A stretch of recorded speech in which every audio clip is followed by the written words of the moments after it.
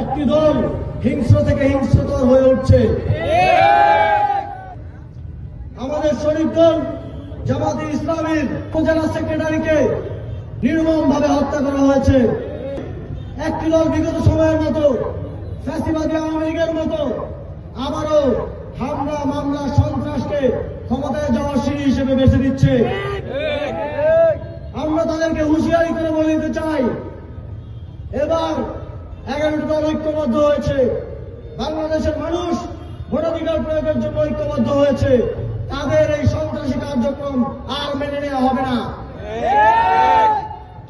আমরা আপনাদেরকে নিশ্চয়তা দিতে চাই, ভোটের দিন কেন্দ্রে সুস্থ পরিবেশ আপনারা ভোট দিতে পারবেন, সেটা নিশ্চিত করার জন্য 11 দলীয় জোট আমরা সেখানে উপস্থিত থাকব। 17 বছর বাংলাদেশের মানুষের উপরে অত্যাচার চালানো আওয়ামী লীগকে নির্বাচনে ফিরিয়ে আনার জন্য বিএনপির সর্বোচ্চ নেতারা বিভিন্ন জায়গায় সাক্ষাৎকার দিচ্ছেন। আওয়ামী লীগকে রাজনীতিতে ফিরিয়ে আনার জন্য তারা বলছেন যে আজকে যদি আওয়ামী লীগকে নিষিদ্ধ করা হয়, কালকে যে আমাদেরকে নিষিদ্ধ করা হবে না, এর নিশ্চয়তা কোথায়?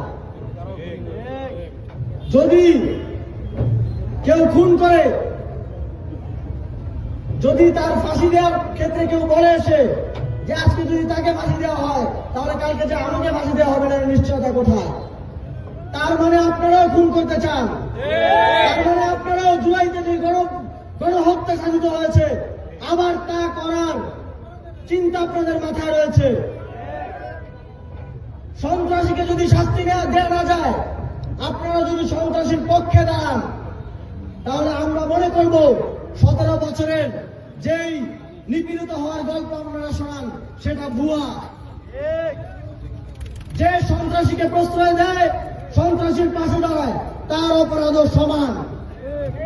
বাংলাদেশের জনগণ এবারের নির্বাচনে ফ্যাসিবাদীদের বিরুদ্ধে তাদের ভোটাধিকার প্রয়োগ করবে এবং ফ্যাসিবাদীদেরকে যারা সহায়তা করছে, যারা শেখ হাসিনা পালিয়ে যাওয়ায় কষ্ট পায়, যারা শেখ হাসিনাকে আবার ফিরিয়ে আনতে চায়, তাদের বিরুদ্ধে ভোটাধিকার প্রয়োগ করবে।